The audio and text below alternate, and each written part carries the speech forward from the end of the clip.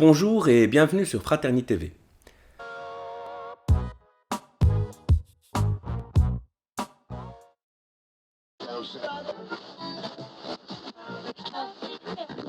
Dans cette vidéo, on va aborder le second volet de notre analyse du terme islamo-gauchisme et de ses répercussions médiatiques et politiques, et notamment de l'usage qui en est fait pour discréditer des catégories entières de population.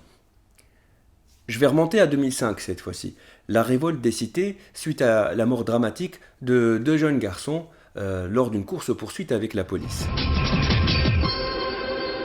Nuit d'émeute à Clichy-sous-Bois après la mort de deux jeunes garçons électrocutés dans un transformateur EDF où ils s'étaient cachés.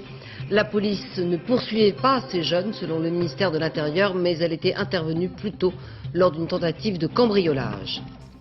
Suite à ce drame, les cités se mobilisent car il y a derrière donc, cet événement-là toute une symbolique et les jeunes des cités qui avaient refoulé pendant des années leurs revendications sociales, leurs revendications de plus de services publics et plus de respect des droits humains dans leurs relations avec la police, étaient descendus dans la rue et beaucoup de violence s'était manifestée à cette époque-là. Une violence qui était proportionnelle, disons, qui a été jugée proportionnelle par plusieurs des intellectuels de l'époque avec la profondeur des revendications qu'ils représentaient. Qu'est-ce qui s'ensuit?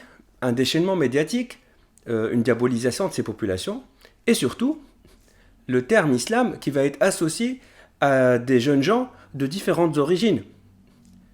Et à l'époque, Alain Finkielkraut va même jusqu'à dire à Haaretz clairement que l'origine de ces gens-là était la seule raison pour laquelle ils se mobilisaient et que leur islam ou leur couleur de peau ou leur appartenance ethnique était le seul commun qu'ils pouvaient avoir ensemble, en dehors donc des inégalités qu'ils auraient pu subir pendant des années, et aussi de l'injustice que représentait l'événement qui venait de se passer, et qui donc était occulté totalement par le fait que des revendications sociales soient assimilées à une appartenance religieuse. Surtout à l'époque, en 2005, on était en pleine actualité, donc 4 ans après le 11 septembre, et en pleine guerre d'Irak, donc avec tous les attentats qui étaient donc commis à l'époque.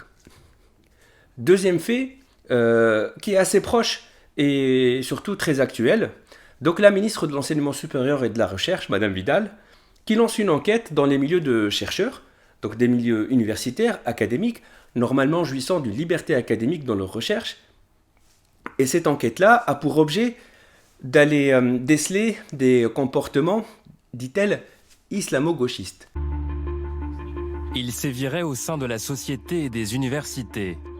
L'islamo-gauchisme, terme réintroduit dans le débat public par la ministre de l'Enseignement supérieur. Frédérique Vidal parle même de gangrène et s'en est expliqué dans l'hémicycle la semaine dernière.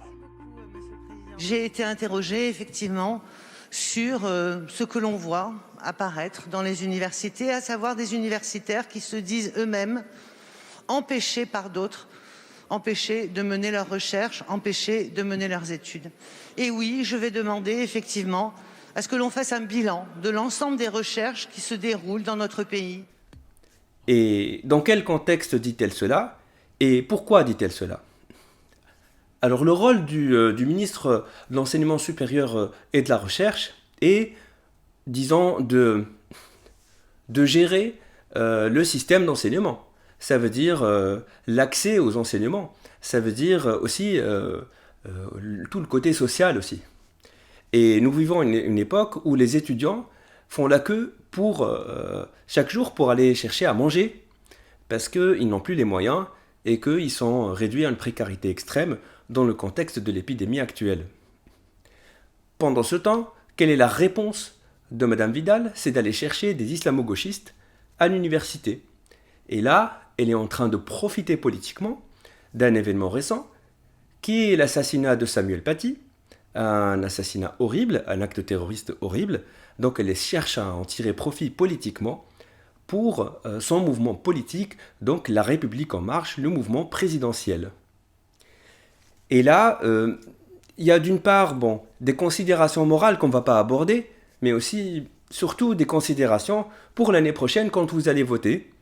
C'est que on vous met donc en avant cette thématique-là, on occulte en même temps la souffrance des étudiants, on occulte la précarité dans laquelle ils sont poussés, et on va fabriquer avec ce terme-là aussi une catégorie de population qu'on va stigmatiser, dont on va faire le bouc émissaire et qui va servir donc tout au long de l'année en cours pour gagner des points, des points de sondage et se garantir une victoire pour l'année prochaine. Comprenez donc qu'à chaque fois qu'un concept est inventé, de toutes pièces, comme on l'a vu lors de la première vidéo, comme on l'a démontré, à chaque fois qu'un concept est inventé, sa seule utilité sera de vous voler une part d'autonomie dans la décision que vous prendrez au moment où vous allez mettre votre bulletin de vote. Et c'est là le danger donc de ces concepts, qui sont des concepts rampants, que vous n'allez pas voir naître, en fait, qui vont naître bien avant que vous les regardiez à la télé, ou que vous lisiez donc un article sur ces concepts dans la presse écrite, et qui vont servir de programme électoral fictif pour des mouvements politiques pour lesquels vous allez voter sans comprendre pourquoi. J'espère en ces deux vidéos avoir un peu présenté ce qu'on va faire sur cette chaîne-là, Fraterni TV, c'est-à-dire aborder des concepts et les décortiquer pour comprendre où réside l'arnaque, où réside l'imposture et quelles conséquences dangereuses cela peut avoir sur votre autonomie de citoyen. Merci beaucoup de votre attention. Si vous avez aimé cette vidéo, n'hésitez pas à liker la chaîne et à vous abonner. Je vous souhaite une bonne fin de semaine et à la prochaine.